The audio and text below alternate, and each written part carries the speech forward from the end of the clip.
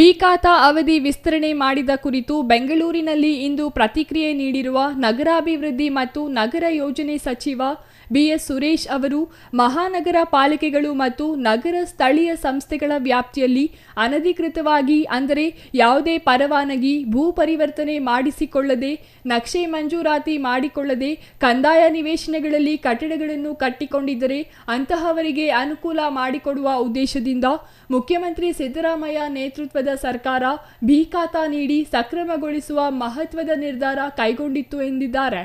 ಇದರನ್ವಯ ನಾಗರಿಕರಿಗೆ ಒಂದು ಬಾರಿಯ ಅವಕಾಶವನ್ನು ನೀಡಲಾಗಿತ್ತು. ನಾಗರಿಕರು ನಿಗದಿತ ಶುಲ್ಕವನ್ನು ಪಾವತಿ ಮಾಡಿ ತಮ್ಮ ಕಟ್ಟಡಗಳಿಗೆ ಬಿ ಖಾತಾ ಪಡೆಯಬಹುದಾಗಿದೆ. ಈ ಅವಕಾಶವನ್ನು ಮೇ ತಿಂಗಳ 10ರ ವೇಳೆಗೆ ಬಿ ಖಾತಾ ಪಡೆಯಲು ಸಮಯ ನೀಡಲಾಗಿತ್ತು. ರಾಜ್ಯದ ಮಹಾನಗರ ಪಾಲಿಕೆಗಳು ಮತ್ತು ನಗರ ಪ್ರದೇಶದಲ್ಲಿ 30 ಲಕ್ಷಕ್ಕೂ ಅಧಿಕ ಇಂತಹ ಅನಧಿಕೃತ ಕಟ್ಟಡಗಳು, ಮನೆಗಳು, ನಿವೇಶನಗಳಿವೆ ಎಂದು ಅಂದಾಜಿಸಲಾಗಿದೆ.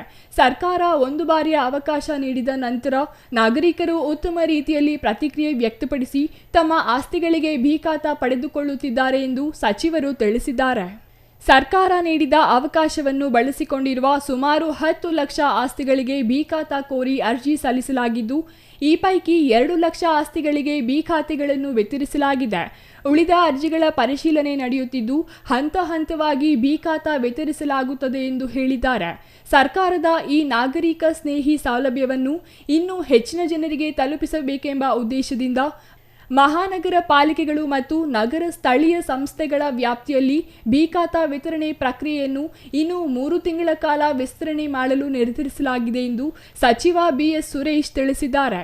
ಇನ್ನು ನಿವೇಶನ ಅಥವಾ ಕಟ್ಟಡಗಳನ್ನು ಖರೀದಿಸಲು ಮುಂದಾಗಿ ಜಿಪಿಎ ಅಥವಾ ಅಗ್ರಿಮೆಂಟ್ ಮಾಡಿಕೊಂಡಿರುವ ನಾಗರಿಕರಿಗೂ ಬಿ ಖಾತಾ ವಿತರಣೆಗೆ ಗಂಭೀರ ಚಿಂತನೆ ನಡೆಸಲಾಗಿದೆ ಎಂದು ಸಚಿವರು ತಿಳಿಸಿದ್ದಾರೆ.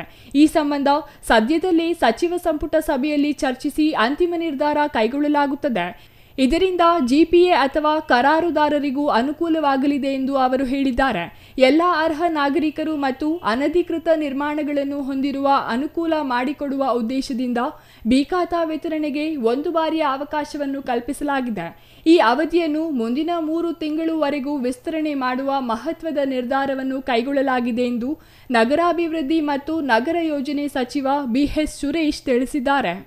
ಮುಖ್ಯವಾಗಿ ಚಿಕ್ಕಬಳ್ಳಾಪುರ ಬಿ ಖಾತಾ ಮಾಡುವಲ್ಲಿ ನಗರ ರಾಜ್ಯದಲ್ಲಿಯೇ ತೀವ್ರ ಹಿಂದುಳಿದೆ. ಕಳೆದ 3 ತಿಂಗಳ ಅವಧಿಯಲ್ಲಿ ಕೇವಲ 20 ಖಾತೆ ಮಾಡಲು ಸಾಧ್ಯವಾಗಿಲ್ಲ ಎಂಬುದು ವಿಶೇಷವಾಗಿದೆ. ಆರಂಭದಲ್ಲಿ ಪ್ರತಿ ವಾರ್ಡಿನಿಂದಲೂ ಆರ್ಡಿಗಳನ್ನು ಸ್ವೀಕಾರ ಮಾಡಿದ ನಗರಸಭೆ ಅಧಿಕಾರಿಗಳು ನಂತರ ಖಾತೆ ಮಾಡಲು ಮಾತ್ರ ಮುಂದಾಗಿಲ್ಲ.